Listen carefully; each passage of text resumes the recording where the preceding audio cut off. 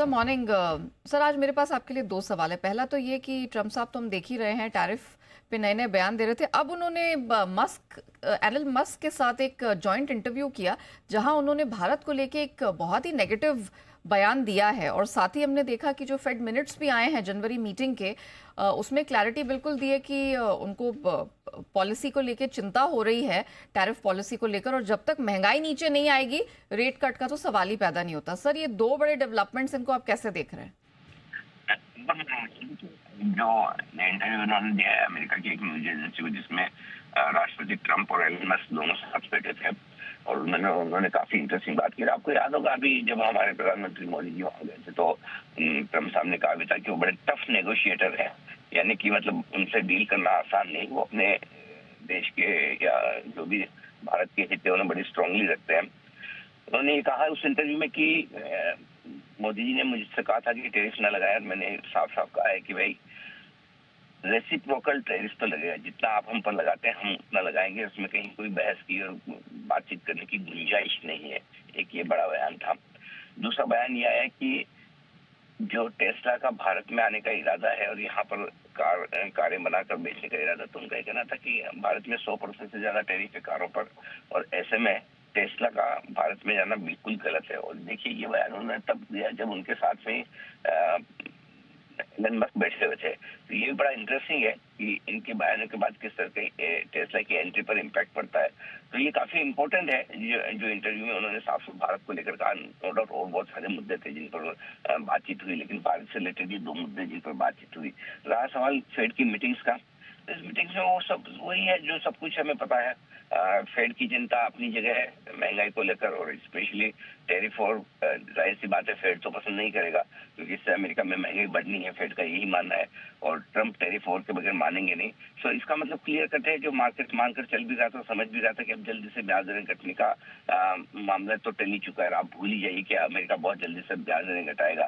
So I think जो खबरें America से दोनों तरफ से आई है हल्की सी नेगेटिव साइड पर है। अच्छी बात इतनी है कि S&P 500 फिर से लाइफ हाई दिन में भी बनाते हुए दिखा है और बंद भी हुआ है।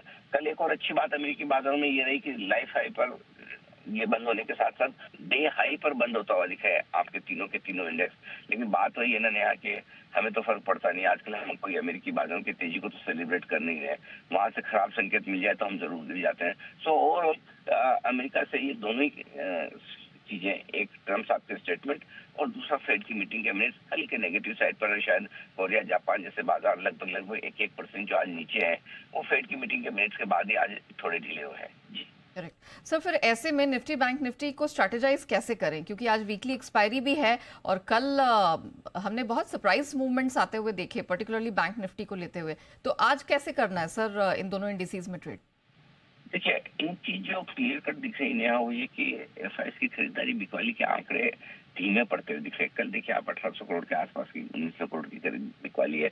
लगभग उतनी खरीदारी कैश मार्केट में हमारे लोकल फंड्स की तरफ से, ठीक है। वायदा कारोबार के आंकड़े नहीं के बराबर है, बहुत ही छोटे हैं। तो इसका मतलब क्लियर कट है कि अभी वेट एंड वॉच वाले मूड में एफआईएस भी दिख रहे हैं।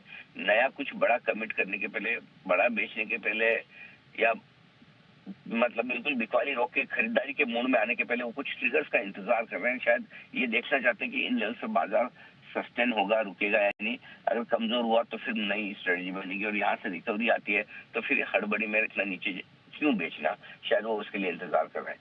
जहाँ तक आज के बाजार का सवाल है, संकेत मिले जुले हैं ज्यादातर।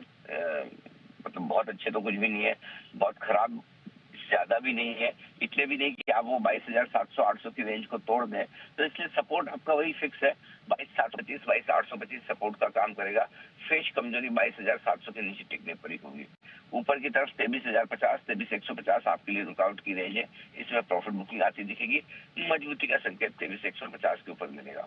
जहाँ तक सवाल बैंक निफ्टी का, बैंक निफ्टी ने कल अच्छा काम किया, एक बढ़िया मजबूती देने की कोशिश की और निफ्टी के मुकाबले में काफी बेहतर प्रदर्शन बैंक निफ्टी का होता हुआ दिखा भी है। ऐसे में बैंक निफ्टी के लिए 49,175 49,325 ये तुरंत आपके लिए एक सपोर्ट का काम करेगा।